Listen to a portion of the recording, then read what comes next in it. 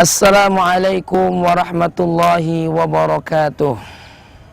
Hamdan lillah, salatan wa salaman li rasulillah, sayyidina wa habibina Muhammadin wa ala alihi wa sahabah, amma ba'du.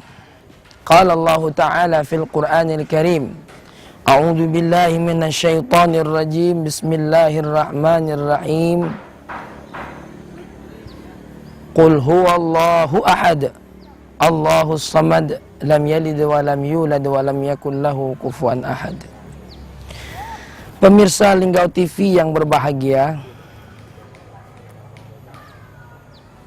dikala kita ingin menjadi orang yang bertakwa, sudahkah kita ini bertakwa atau tidak? Atau adakah langkah-langkah kita untuk menjadi orang yang bertakwa? Kita perlu selalu mengevaluasi diri. Kita perlu selalu menintrospeksi diri kita. Jangan hanya suatu urusan yang terkait dengan kehidupan dunia kita saja kita tingkatkan, tetapi tidak lain jabatan dan tingkatan kita di hadapan Allah tidak pernah kita koreksi. Pada kesempatan kali ini, saya ingin menyampaikan ayat Allah Subhanahu wa Ta'ala, barometer langkah-langkah kita bertakwa. Di dalam Al-Quran, Allah Subhanahu wa Ta'ala kaitannya dengan takwa. Orang tua kami Kiai Haji S. Saiful Hadi Ma'afi B.A. ada dua kategori khusus orang yang bertakwa. Pertama, terkait dengan batinnya. Yang kedua, terkait dengan amaliyah lahirnya.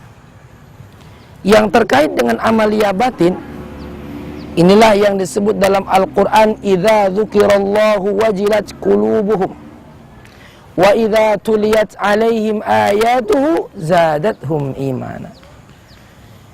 Di mana di hatinya apabila disebut nama Allah besar. Apa yang dimaksud dengan besar? Segala sesuatu di bawah nama Allah, di bawah kemahaan Allah kecil. Tidak lain segala sesuatu barometernya Allah. Sikapnya, perbuatannya, baik dan buruknya, halal dan haramnya, Allah selalu menjadi pertimbangannya. Ingin bekerja, dia akan bertanya, pekerjaan saya ini halal atau haram? Kenapa?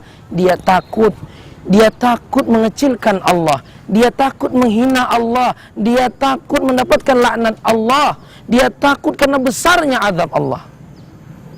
Ketika dia berbuat baik, ya, yang dia lihat adalah betapa besar Allah akan membalas kebaikannya, betapa besar Allah menyediakan imbalan dan hadiah buat dirinya. Contoh saja, di dalam pekerjaan kita sering mentakhirkan sholat, kita sering meninggalkan sholat hanya karena urusan kita kepada manusia. Ini contoh.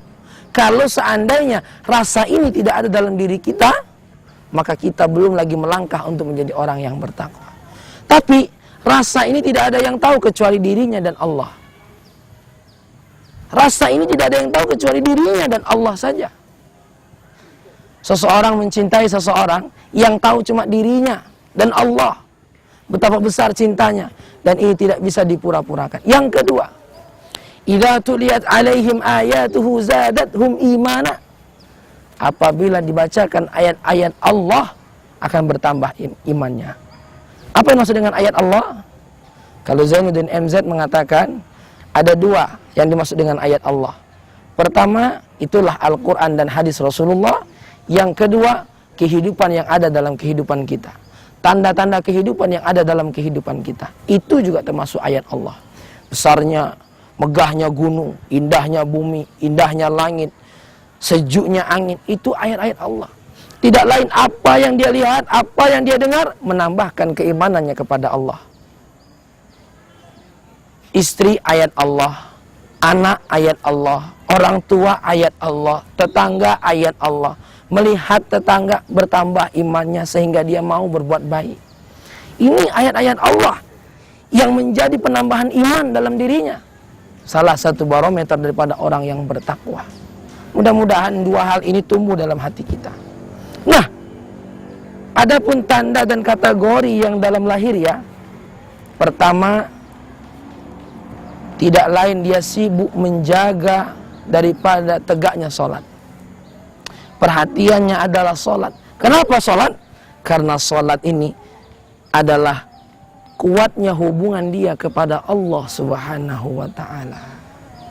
Kalau kuat sholatnya, maka jelas yang akan kita rasakan adalah keberuntungan buat kita semua. Inna sholata tanha anil fahsya'i wal munkar. Sholat mencegah dirinya daripada perbuatan keji dan mungkar. Tidak lain. Nah, kita ini kadang orang tua, Masya Allah, anak-anak kalau lambat sekolah kita marahi, lambat makan kita marahi. Kalau lambat sholat, guru-guru rapat kalau anak-anaknya nilai matematikanya kecil, tapi jarang rapat melihat anak-anaknya tidak sholat. Hari Minggu anak-anak sengaja tidak dibangunkan. Apa kata ibunya? Apa kata ibunya? Anak-anak biarlah tidur karena nggak sekolah. Nggak sekolah bukan karena nggak sholat. Mestinya dibangunkan untuk sholat walaupun tidak sholat, walaupun tidak sekolah. Yang kedua, syarat lahiriah adalah dia sangat menjaga hartanya untuk tidak hartanya membawa dan dibawa kepada hal-hal yang dimurkai oleh Allah Subhanahu wa ta'ala. Pemirsa Linggau TV yang berbahagia, mudah-mudahan dua ciri batiniah dan lahiriah ini tumbuh dalam kehidupan kita. Walaupun saya yang berbicara pun belum memiliki dua tanda tersebut, mari sama-sama kita memulai melangkah untuk menuju ketakwaan, sehingga tanda-tanda ketakwaan itu tertanam dalam diri kita. Selamat mencoba, selamat menjadi orang yang bertakwa. Wabillahi wal hidayah wa taufiq wal inayah. Wassalamualaikum warahmatullahi wabarakatuh.